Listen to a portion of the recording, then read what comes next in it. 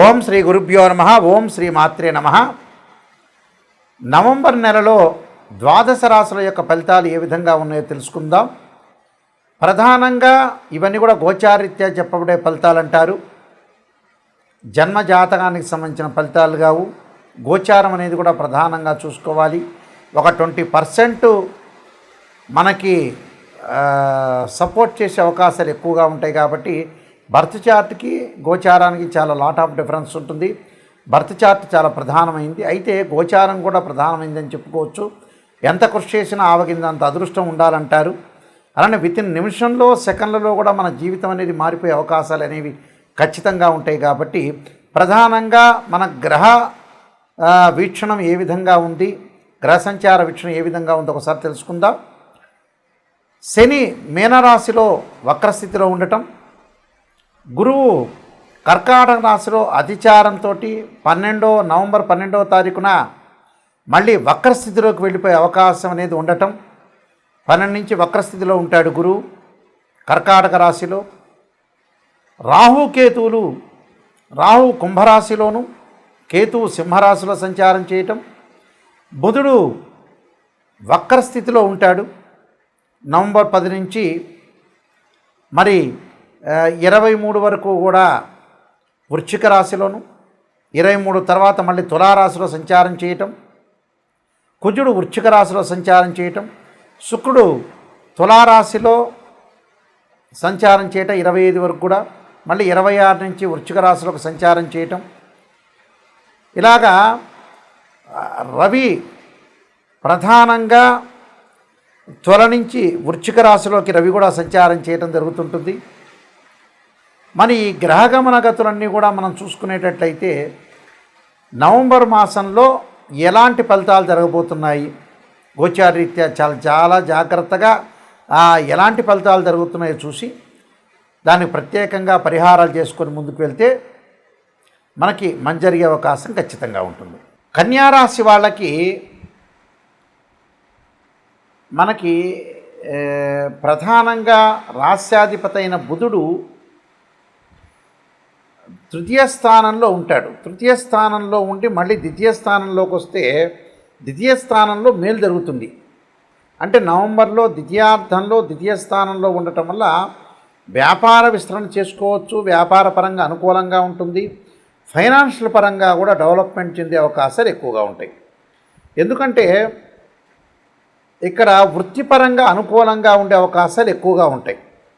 అంటే కర్కాటక రాశిలో గురువు ఉండటం వల్ల వృత్తిపరంగా కానీ ఫైనాన్షియల్ పరంగా కానీ కొన్ని డెవలప్మెంట్స్ పెరిగే అవకాశాలు ఎక్కువ ఉంటాయి.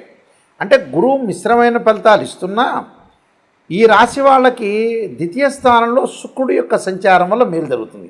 అంటే ఒక గ్రహం బాగలేదు అని అంటే ఇంకో గ్రహం ఆ సపోర్ట్ చేస్తే లైఫ్ను లీడ్ చేసుకుని ముందుకు వెళ్ళచ్చు.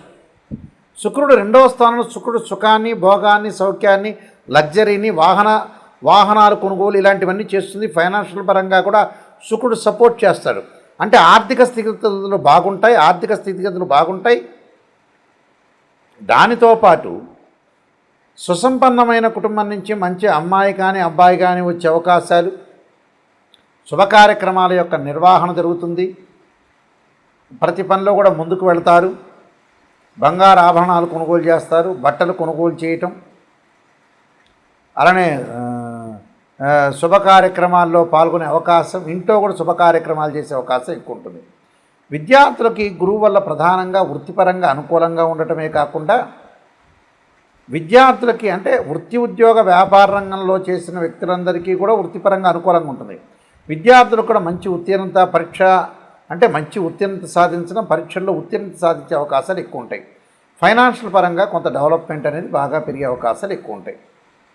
ఈ రాశి వాళ్ళకి శని వక్రగతిలో పొందడం వల్ల ధనధాన్య వృద్ధి కలిగే అవకాశం ఎక్కువ ఉంటుంది. అంటే శని వల్ల శుక్రుడి వల్ల అధిక లాభాలు పొందుతారని అర్థం.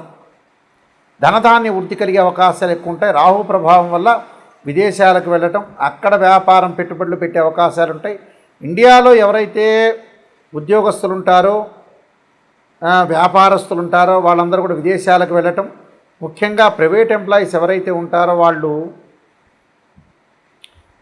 ఖచ్చితంగా వాళ్ళ కంపెనీ త్రూ విదేశాలకు వెళ్ళి మంచి జాబ్ చేసుకునే అవకాశాలు ఉంటాయి. వ్యాపారంలో రెస్టారెంట్లు అలానే వ్యాపారాలు, హోటల్స్ అలాంటివి కూడా పెట్టుబడులు పెట్టే అవకాశాలు ఎక్కువ ఉంటాయి.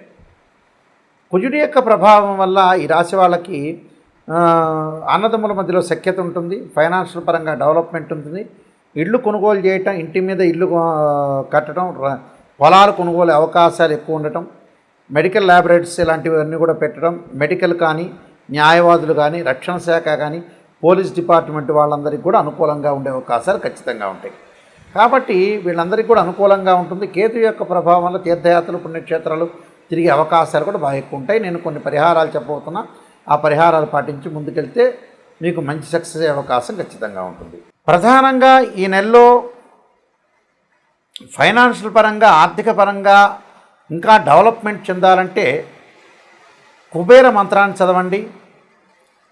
అలానే బృహస్పతి యొక్క అనుగ్రహాన్ని పొందండి. ఓం యక్షాయ కుబేరాయ వైశ్రవణాయ ధనధాన్యాధిపతే ధనం ధాన్యం సమృద్ధిమే దేహిమే దాపైస్వ అనే మంత్రాన్ని చదవండి. అలానే దేవానాంచ ఋషీనాంచ గురుకాంచన సన్నిపం బుద్ధిమతం త్రిలోకేశం తం నమామ్యం బృహస్పతి అనే మంత్రాన్ని చక్కగా చదువుకోండి.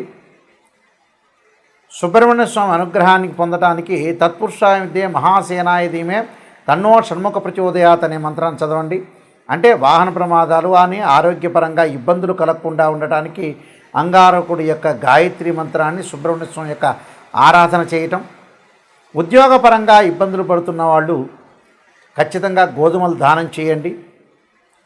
గోధుమలతో పాటు ఆదిత్యాయుజ్ఞ సహస్రకిరణాయ ధీమే తన్నో భాను ప్రచోదయాత్ అనే మంత్రాన్ని, సంతానం లేని వారు తప్పకుండా సంతాన పాశుపతాస్త్ర రుద్రాభిషేకము, సంతాన గోపాలకృష్ణ మంత్రం చదవండి. వివాహం కాని వారు తప్పకుండా ఖచ్చితంగా వివాహం కాని వధువులు ఎవరైతే ఉంటారో ఆడపిల్లలు వరపాశుపతాస్త్ర రుద్రాభిషేకం, అఘోర గౌరీ పాశుపతాస్త్ర రుద్రాభిషేకం, అబ్బాయిలైతే కన్యా పాశుపతాస్త్ర రుద్రాభిషేకం చేసుకోవటం చాలా మంచిది. ఆరోగ్యపరంగా ఇబ్బందులు ఉన్నవాళ్ళు శరీరే జర్జరీభూతే వ్యాధిగ్రస్తే కళేబరి ఔషధం జాహ్నవీతోయం వైద్యో నారాయణరి అనే మంత్రాన్ని చక్కగా చదువుకోండి.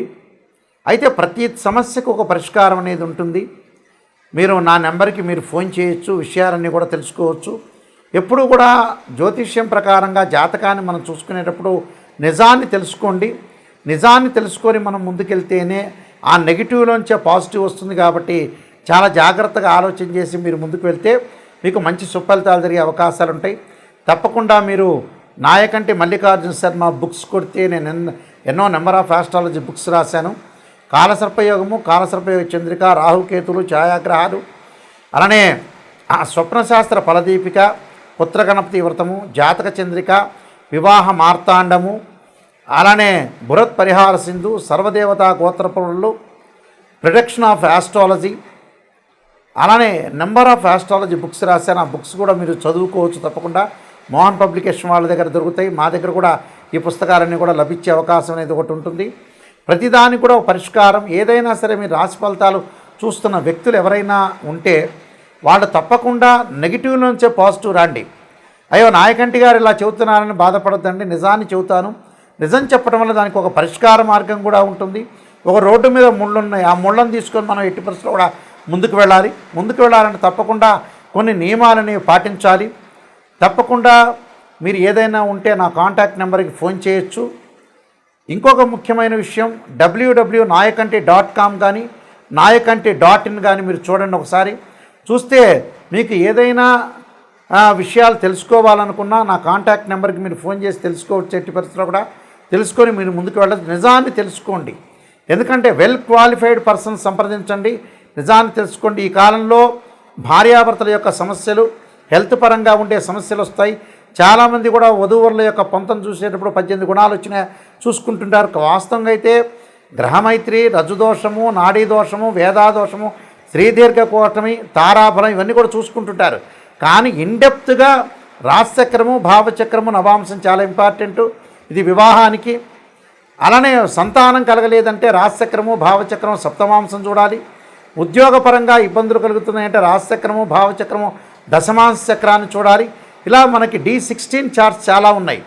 ఇలాంటివన్నీ కూడా మ్యాథమెటికల్ క్యాలిక్యులేషన్ చేసి ఉచ్చ నీచ ద్వాదశ భావాలు, రాస్యాధిపతులు, ఏదైతే ఆ గడిలో ఉన్న ప్లానెట్, ఇవన్నీ కూడా ఎన్నో మనం జాతకచరంగా జాతకపరంగా ఎన్నో ఎనాలిసిస్ చేసి మాత్రమే జాతకాన్ని చెప్పాలి. కానీ మిడిమిడి జ్ఞానంతో చెప్పేవాళ్ళు ఎప్పుడూ కూడా చాలామంది కూడా పొరపాటు పడుతున్నారు. నిజాన్ని తెలుసుకోండి.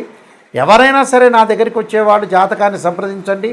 జాతకాన్ని సంప్రదించేటప్పుడు తప్పకుండా ఒక వాయిస్ రికార్డింగ్ అనేది పెట్టుకోండి. సహజంగా కుజదోషం అంటారు. 2, 4, 7, 8, 12 స్థానంలో కుజదోషం అనేది ఉంటుంది. కొన్ని నక్షత్రాలకు ఎగ్జంప్షన్ ఉంటుంది, కొన్ని లగ్నాలకు ఎగ్జంప్షన్ ఉంటుంది, కొన్ని రాసులకు కూడా కుజదోషం అనేది వర్తించదు. అలానే శుక్రదోషం కానీ, కుజదోషం కానీ, రవిదోషం కానీ రకరకాల దోషాలు ఉంటాయి. కానీ బర్త్ చార్ట్ చాలా ముఖ్యం. గోచారం అనేది 20% సపోర్ట్ ఉంటే ఒక చెట్టుకి వేళ్ళు అనేది బర్త్ చార్ట్. అక్కడుండే ఆకులు ఎప్పుడూ కూడా రాలిపోతూ ఉంటాయి. అది గోచారం అంటారు. తప్పకుండా మీరు తెలుసుకోండి. మీ అందరికీ కూడా మంచి జరగాలని ఆశిస్తూ సర్వే జనా సుఖినో భవంతు.